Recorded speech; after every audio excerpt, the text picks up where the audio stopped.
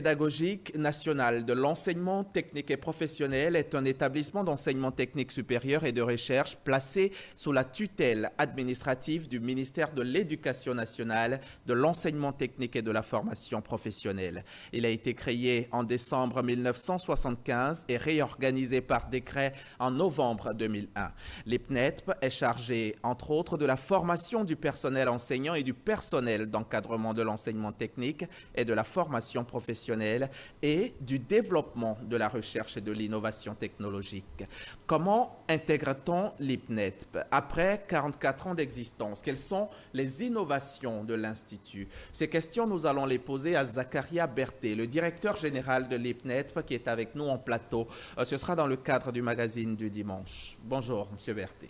Bonjour Hamza Diaby. Merci d'avoir répondu à notre invitation. Merci de m'avoir invité à ce plateau. Je vous retrouve tout à l'heure, dans 30 minutes. À tout à l'heure. À tout à l'heure.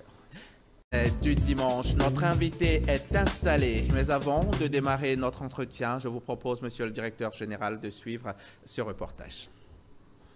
L'Institut pédagogique national de l'enseignement technique, IPNET, à sa création en 1975, l'Institut avait pour mission assurer la formation initiale et continue, la recherche pédagogique et technique, la production didactique et industrielle, le conseil, la production pédagogique et la formation à l'emploi et au métier de l'enseignement technique, instituteurs, professeurs des lycées et collèges, entre autres. Une mission qui n'a pas changé aujourd'hui.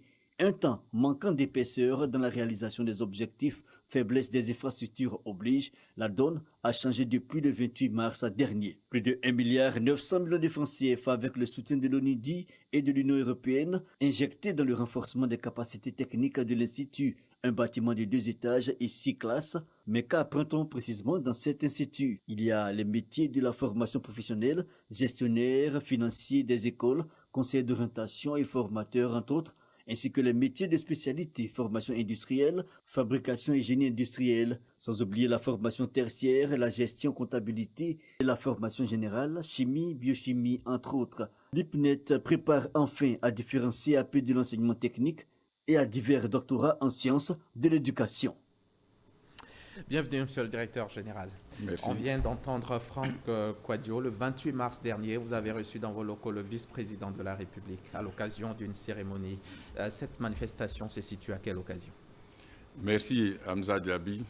La manifestation était l'aspect solennel de la remise des constructions, des réhabilitations et des équipements financés par l'Union européenne. Il faut noter que cette institution de l'Union européenne a financé 11 établissements de formation professionnelle. Pas qu'Abidjan. Pas qu'Abidjan, répartis sur tout le territoire national. Alors, et donc, à la faveur de cette manifestation du 28 mars dernier, c'était la partie solennelle de la remise des équipements et des réhabilitations, puisque l'IPNET a bénéficié du plus gros investissement de la part de l'Union européenne. Il faut dire que l'investissement global s'élevait à près de 19 milliards. Exactement, 28,5 millions d'euros, donc un peu plus de 18 milliards de francs CFA. D'accord. Dites-nous, l'IPNET, c'est quoi les missions de cet institut?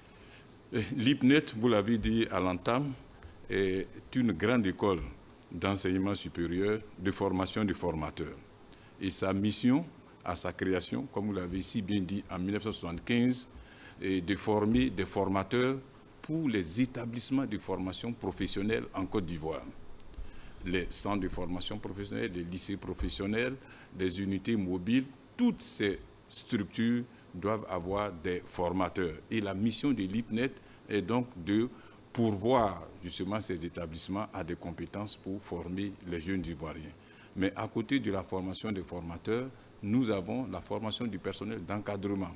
Et ce personnel d'encadrement, c'est essentiellement les conseillers pédagogiques, les chefs d'établissement.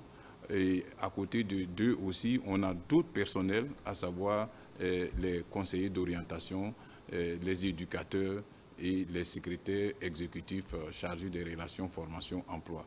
ceux qui entretiennent la liaison entre le centre de formation, le lycée professionnel et l'entreprise. Alors, la destination de vos diplômés, ce sont les lycées techniques, les lycées professionnels. Et les centres de formation professionnelle, et même les unités mobiles et les ateliers d'application. D'accord. Mais dites-nous, pourquoi l'IPNET n'est pas aussi connu que l'École normale supérieure? Bien, l'IPNET n'est pas connu et ce sont des hypothèses que nous formulons régulièrement. L'IPNET n'est pas aussi connu que l'École normale supérieure. Ça procède peut-être des conditions historiques. L'École normale supérieure est plus ancienne que nous. Nous, vous l'avez dit, nous avons été créés, l'Institut a été créé en 1975. Il y a quand même 44 ans. Il y a 44 ans. Général. Bon, oui, 44 ans, c'est vrai. Mais vous savez aussi, il y a les conditions socioculturelles. Et moi-même, je suis un ancien élève du lycée classique de Cocody. Et nous disions dans le temps, quand nous faisons à l'occasion des rencontres de l'OASU, des compétitions avec le lycée technique, on disait voilà, ce sont des forgerons, les maçons, etc.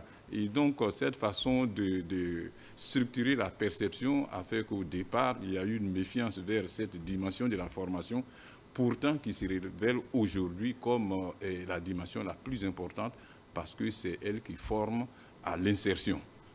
L'autre, l'éducation nationale, avec tout le respect qu'il faut, puisque je suis même membre de ce ministère, donne les compétences générales, mais les compétences professionnelles pour insertion, c'est la partie professionnelle.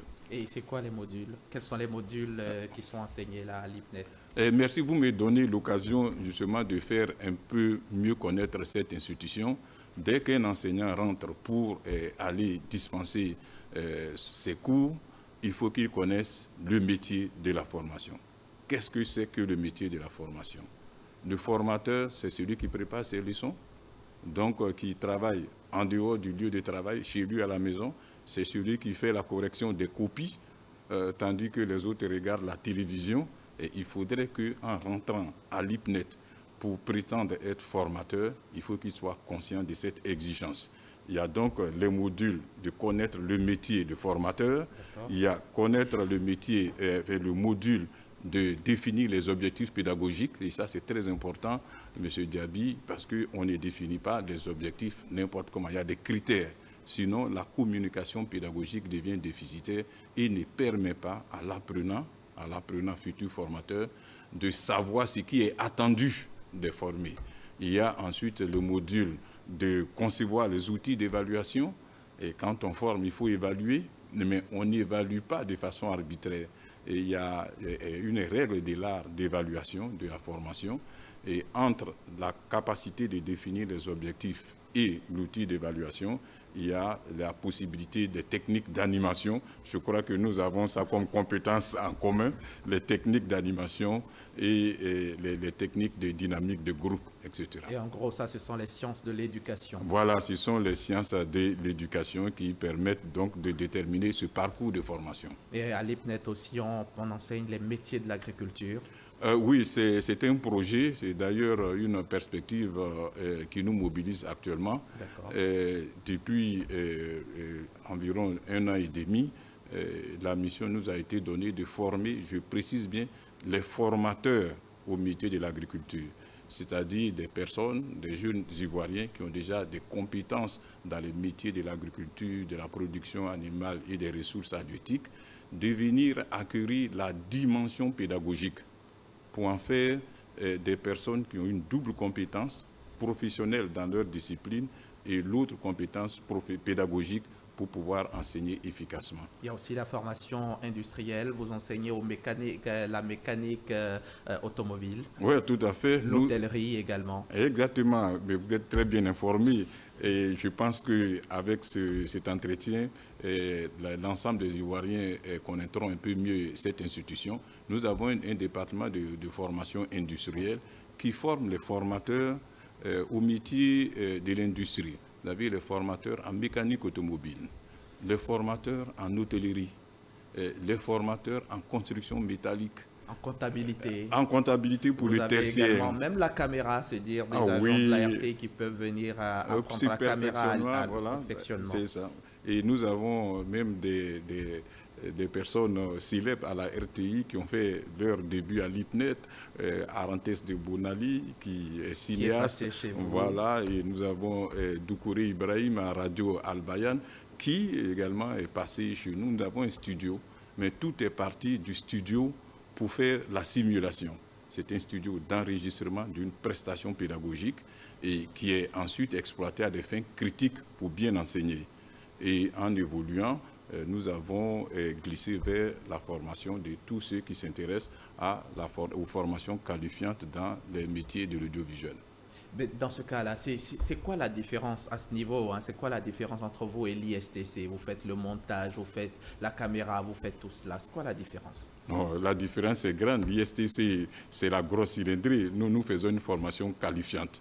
Juste une formation qualifiante pour le montage, pour la prise de vue, pour, j'allais dire, concevoir des séquences filmées, mais nous faisons justement la formation qualifiante, pas de formation diplômante. Et vous formez les formateurs. Exactement. Comment on intègre l'IPNET? Comment j'entre à l'IPNET si aujourd'hui j'ai envie d'y aller? Pour entrer à l'IPNET, il faut être titulaire d'un diplôme de formation professionnelle.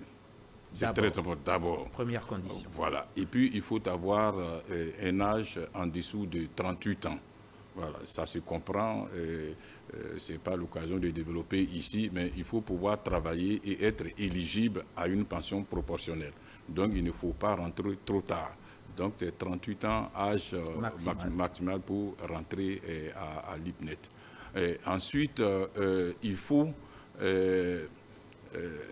avoir de l'expérience professionnelle. Combien d'années? Minimalement, 3 ans sont requis pour pouvoir postuler au concours d'entrée à l'IPNET. Et la forme, d'accord, allez-y. Et vous voyez, M. Hamza, il s'agit pour nous, IPNET, pour une formation pédagogique réussie, de former des personnes qui ont une expérience professionnelle. Parce que vous faites les cours théoriques dans une classe et après, vous vous transposez en atelier et là, vous démontrez que vous avez le métier dans le corps. Si vous n'avez pas d'expérience professionnelle, vous ne pouvez pas être un bon professeur de pédagogie professionnelle. Et la formation, ça dure combien de temps? 2 ans à l'IPNET, une première année où nous avons les renforcements sur le contenu de la spécialité et une deuxième année, une partie de la deuxième année en établissement pour pouvoir faire des simulations d'enseignement sous le tutorat d'un enseignant bien formé et bien expérimenté. On parle de plus en plus de formation par compétences chez vous. Ça m'amène à vous demander, c'est quoi vos perspectives, les projets de l'IPNET? Oui, notre perspective, vous le trouvez très bien, c'est d'amener les populations actuelles qui rentrent et les populations à venir à enseigner selon l'approche par compétences. Vous savez, les pédagogies dans la formation professionnelle sont calquées sur ce qui se passe dans l'industrie de production. L'industrie a inventé l'Organisation scientifique du travail avec Taylor, et vous le savez, et Taylor a parcellisé les tâches par objectif. Et ça a influencé la pédagogie professionnelle par objectif, où il faut découper les tâches. Et à un moment donné, il y a eu un recul et on reprochait à des personnes formées suivant ce processus d'être rigides dans la pensée. On disait qu'il y avait un découpage, mais rien n'était fait pour mettre tout cela ensemble. Et aujourd'hui, on demande à l'ouvrier de ne pas être celui qui obéit, mais celui qui ajoute de lui-même, donc de la valeur ajoutée par rapport à son poste. Donc, ça a amené à reconsidérer la pédagogie par objectif pour faire la promotion de l'approche par compétence. Voilà. Et l'IPNET s'approprie progressivement cette pédagogie et nous l'appliquons aux nouvelles populations qui rentrent et nous allons faire une formation continue pour tous ceux qui sont déjà sortis. C'est quoi la situation de l'IPNET par rapport au système LMD? Oui, le système LMD, l'IPNET ne peut pas échapper, M. Diaby. C'est une directive de l'Union économique et monétaire ouest-africaine qui demande aux institutions africaines de se mettre au LMD pour permettre une comparabilité des diplômes de l'espace ouest africain. Alors, donc, l'IPNET délivre les certificats d'aptitude pédagogique. Et comment nous avons opéré pour répondre à cette exigence? C'est à partir des bulletins que nous délivrons. Nous avons transformé nos unités de formation en unités d'enseignement et nous y avons affecté des crédits qui permettent de situer nos diplômés dans l'espace sous-régional. C'est bon. Merci. Merci. Monsieur Berthet. Zacharia Berthet, directeur général de l'IPNET, l'Institut pédagogique national de l'enseignement technique et professionnel. Je rappelle que vous êtes venu nous parler de la formation et des projets de l'Institut. Merci encore d'avoir répondu à notre invitation. Quant à vous, chers téléspectateurs,